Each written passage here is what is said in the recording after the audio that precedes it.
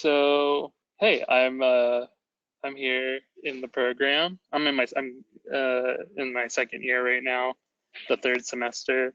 Um, Graphic designer.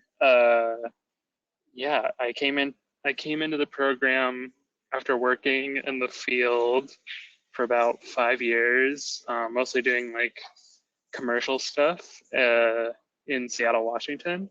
And I was kind of like looking to um, really kind of uh, build out some kind of conceptual and creative problem solving skills and add my own voice into my work, and figure out like kind of where that is at. Yeah, I just have a folder full of stuff I've done here. I guess I could share if anyone wanted to look at it. This is cool. This past weekend, um, Jerome Harris from New York, he has this great exhibition that just got installed that the workshop helped installed. But it's like a survey of African American graphic design, and he had us kind of take the source material and remix it and make a bunch of collages, and we made a big zine out of it. And here's one of the collages that I made that was just up. Yeah. Also, if anyone has any questions, let me know because I'm just gonna go, I guess. Uh, yeah, yeah. Here's some. I never had done any installation work or motion graphics, and part of the first year was me just figuring that all out and throwing everything at the wall. I'm really into publication design.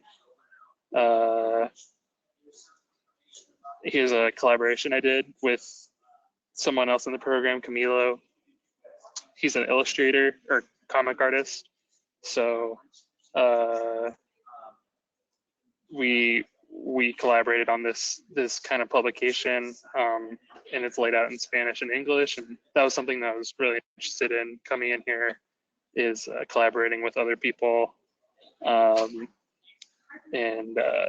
yeah, so that's one thing, because we're all kind of in the same building and we see each other every day, and maybe too much, and some cool kind of opportunities for collaboration kind of happen. Yeah, and then the other part of being here for me is I get to work in DesignWorks. So I get to make work for the school, and specifically work for the grad program. So I kind of have really embraced losing myself in process since being here. So these are some concepts that were all rejected for the thesis catalog that I made last spring. Some more rejects. Yeah, and I just think like working with my mentor, I work with Jancourt, and he's like really been able to push me out of my comfort zone and think about things that I have never thought about before, and how to implement kind of like multi-layered communication into all my work. Yeah, so that's kind of where I'm at right now. For the most part, I am working with sports as a content matter, and like mining mining different meanings out of that. That's kind of where I'm at right now.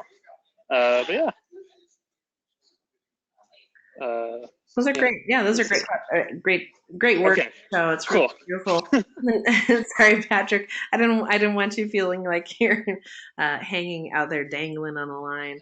Um, Oh, yeah. I guess one thing I'd love to hear you talk a little bit about is, because I do know students ask about it. So a couple of things, like, why did you choose MCAD over other places, and have you been able to experience it? Has being located in the Twin Cities been any kind of benefit? And then also, maybe if you want to talk a little bit more about Oh, your mentorship.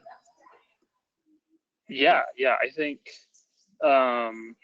there's a really kind of rich design community here, and being part of MCAD kind of like helps me kind of get a foot in the door talking to people.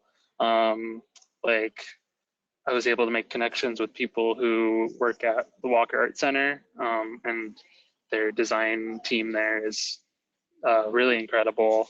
And actually, one of the designers there led my critique group last year, Yash Stefanski, and I think that, yeah, just making connections like that, and then previous MFA designers are still around, and they're always down to like meet for studio visits, and then also working with Jan.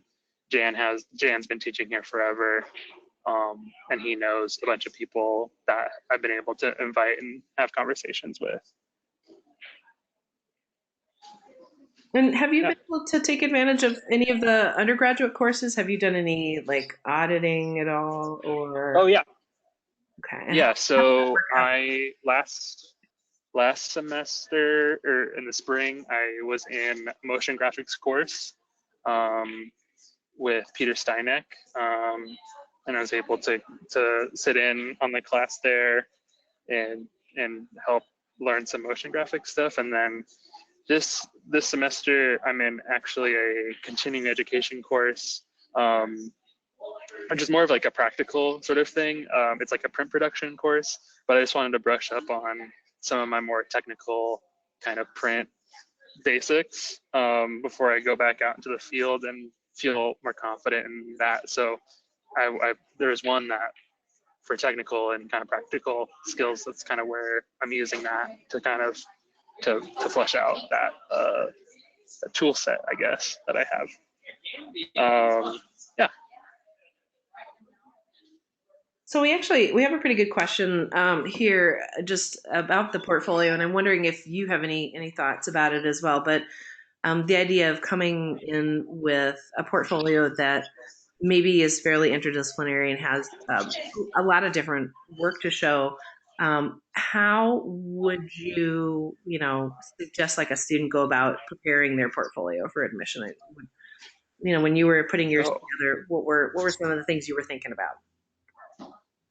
Yeah, I had most of my portfolio was a lot of commercial work that I had done since undergrad, and then I also had my own work. So I think for me it was trying to find a balance between work that I had done for other people, and that kind of like made me look like I knew what I was doing, and then also work that had my own voice in it and maybe could hint at a direction that I wanted to go in. So I had my personal pieces in there, of like type and pattern work and things like that I was kind of interested in continuing to work on. But also once you get in here, I don't know, there's something, everyone finds their own path, and I don't really know how I got on the path that I got on, but just putting my head down in the studio every day. And I don't know. Jan said something to me a couple weeks ago. I was like, you won't know what happens until you get out of here and look back on it. So yeah, something's happening in a good way. Do you mind if I chime in about the sort of portfolio that has a lot of diversity? Yeah. Well, I will just say that I think that given the interdisciplinary nature of the program, the diversity within the portfolio is something that we actually do look at in a not in a preferential way, because of course people coming with very diverse practice are part of the program, but it is definitely a unique program where that is the kind of practice that is definitely welcome. So what I would be looking at, reviewing that kind of portfolio, I'd be looking at signs of sort of genuine engagement with media, with materials, signs of curiosity, signs of intellectual rigor, perhaps. I mean, lots of things could emerge from very, very diverse body of work. So I mean, I don't know. To me, that a concept of sort of displaying some kind of professionalism and what it used to mean, 20, 30 years ago are very different today. And I would, I would say that actually showing your ability to work with multiple media is definitely a sign of the kind of skill set that might be very valuable, even to places where you would think people would expect a very specific type of practice. A design studio today might be looking for somebody who is able to work on the web, for somebody who's able to work with objects, with installation, with typography, with printed media, with screen-based media, all kinds of things. That's a very diverse field, and I'm talking about sort of a professional work context, right? And if you think of the art practice where things are even more open, that sense of open practices, like I mentioned earlier, a very contemporary kind of mindset and an attitude that we see, around the world. So. I think that's a really good point. And then Patrick, Van has a question. What has helped you to find your voice during the MFA program? I think just continually kind of working through the things I've been working on, and then talking with my peers, and kind of like that kind of like cycle of just losing myself in process, and then taking a step back and talking with either if it's Jan or another faculty member or my studio mate Zavi.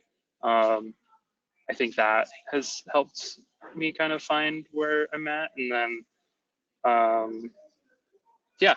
think just making work and thinking like taking a step back and then jumping back into it. That's kind of where I'm at right now. That's great. Does anybody have any other questions, or does anybody want to add anything else? I think there's a lot of really great questions coming through on the chat line. And if you do have more questions, we do, great. So Bowen has a question. You mentioned working with another student in your program. Are there a lot of opportunities to collab with your classmates? Yeah, I think so, definitely. Because we're all in the same building, and it's pretty close quarters. I mean, we all have our own space, but you're constantly talking and figuring out things together, and there's shared interests between us, and I've besides me, I know there's been a bunch of other people that have been making work together, and yeah.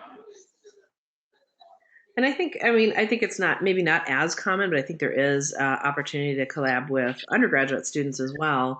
At the very least, if you're auditing classes, you're going to be a part of that as well. And a lot of the school itself is a space to be able to put work up and to show work. So there's opportunities to see what other students are doing and maybe get involved with them.